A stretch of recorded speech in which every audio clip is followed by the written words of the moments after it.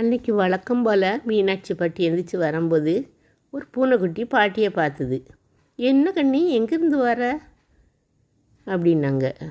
அது சிரிச்சுட்டே ஓடிட்டு மறுநாளும் காலையில் பாட்டியம்மா உட்காந்துருக்கும்போது வந்தது.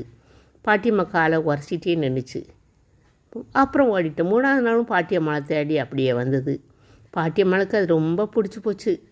மடியில் தூக்கி வச்சுட்டு அதை கொஞ்சினாங்க. அதுவும் ரொம்ப தான் கொஞ்சிக்கிட்டு கண்ணை மூடி கிறங்கிட்டு கிடந்தது பாட்டியம்மா அன்பில். பாட்டியம்மா வச்சுட்டாங்க. நீ சாப்பிட்டே தங்கம் அப்படின்னாங்க. சாப்பிடல பாட்டி அப்படின்னுது. பாட்டியம்மா கிண்ணத்தில் அதுக்கு பால் எடுத்துகிட்டு வருமேனு யோசித்து பால் எடுத்துகிட்டு வந்து வச்சாங்க. அது நல்லா குடிச்சிது. பாட்டியம்மாளுக்கு ரொம்ப சந்தோஷம். இனிமேல் தன் பிள்ளைகளுக்கே சாப்பாடு போடுற மாதிரி. பாட்டியம்மாலும் அதுவும் வாக்கிங் போவாங்க. சாயங்காலம் 2 பேரும் பேசிகிட்டே போவாங்க. மழை நேரத்தில் பார்த்திங்கன்னா அது பாட்டியம்மா மடியில் படுத்துக்கிட்டு கண்ணை மூடிக்கிட்டு ரொம்ப சுகமாக கிடக்கும். பாட்டியம்மா அதை தலையை தடவி கொடுத்துட்டே இருப்பாங்க. ஒரு நாள் பார்த்தா பூனைக்குட்டியை காணலை. பாட்டியம்மா ரொம்ப தேடினாங்க. எங்கே போன கண்ணு, எங்கே போன அப்படின்னாங்க. பதிலே இல்லை.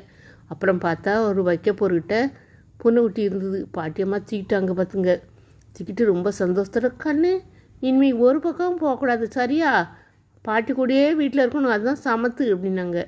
அதுவும் அப்படியே ஆமோதிச்சுக்கிட்டு தூங்கிடுச்சு பாருங்கள்.